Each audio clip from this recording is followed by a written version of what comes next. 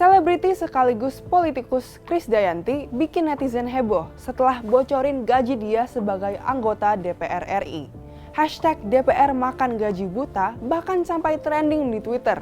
Dan banyak yang kritik kalau kinerja DPR nggak setara dengan gaji dan tunjangan yang disebut Krisdayanti.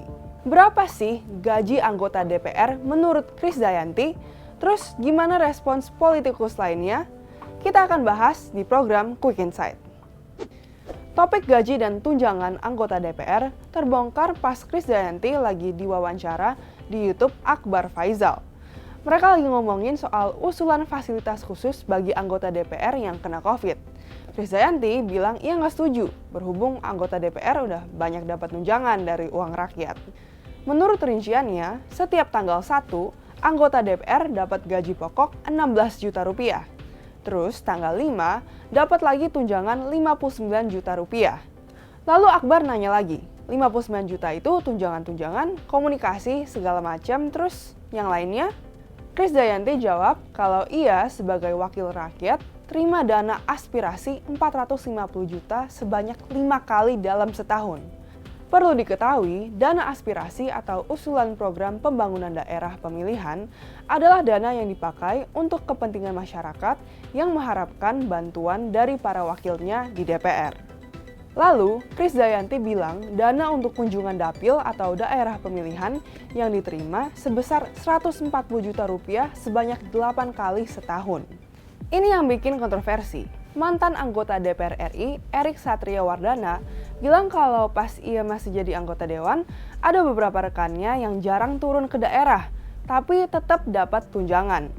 Menurutnya, ada anggota DPR yang baru turun ke dapil di penghujung masa jabatannya, atau menjelang pemilu. Sementara, kritik tentang besarnya gaji DPR juga karena banyak yang nilai kalau kinerja DPR nggak sebanding. Contohnya, peneliti Forum Masyarakat Peduli Parlemen Indonesia, Lucius Karus, berpendapat kalau buruknya kinerja DPR tercermin dari sedikitnya rancangan undang-undang atau RUU yang sudah disahkan oleh DPR. Katanya, bayangkan betapa tak masuk akalnya dengan pendapatan fantastis anggota DPR itu selama 2 tahun pertama masa jabatan mereka baru ada 4 RUU prioritas yang mampu disahkan.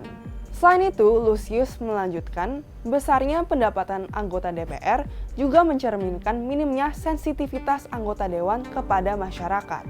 Koordinator Masyarakat Anti Korupsi Indonesia, Boyamin Saiman, kasih salut kepada Krisdayanti karena udah mau blak-blakan buka angka gaji DPR, karena ini bukan hal yang gampang.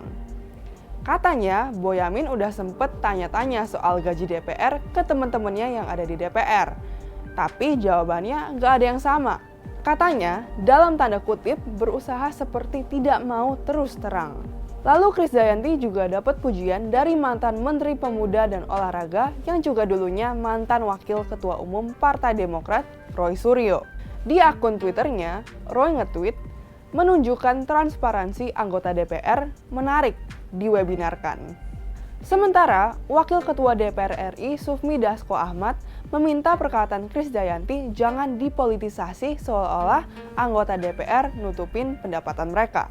Dia bilang, bisa dilihat dari website DPR, itu nggak ada yang disembunyikan sebenarnya. Dan kalau kita jelaskan ya begitu aja, tapi jangan dipolitisasi seolah-olah anggota DPR itu pendapatannya yang dibawa pulang ke rumah segitu. Itu bukan begitu. Menurut kamu, apakah pantas kalau anggota DPR RI menerima gaji sebesar yang dibilang Krisdayanti? Apa harapan kamu dari kinerja DPR? Tulis komentarmu di bawah. Di episode sebelumnya, Quick Insight bahas soal ribuan warga yang positif COVID yang ketahuan keluar rumah lewat aplikasi Peduli Lindungi. Kita tanya penonton, apa solusi biar warga yang terjangkit virus enggak keluar rumah lagi?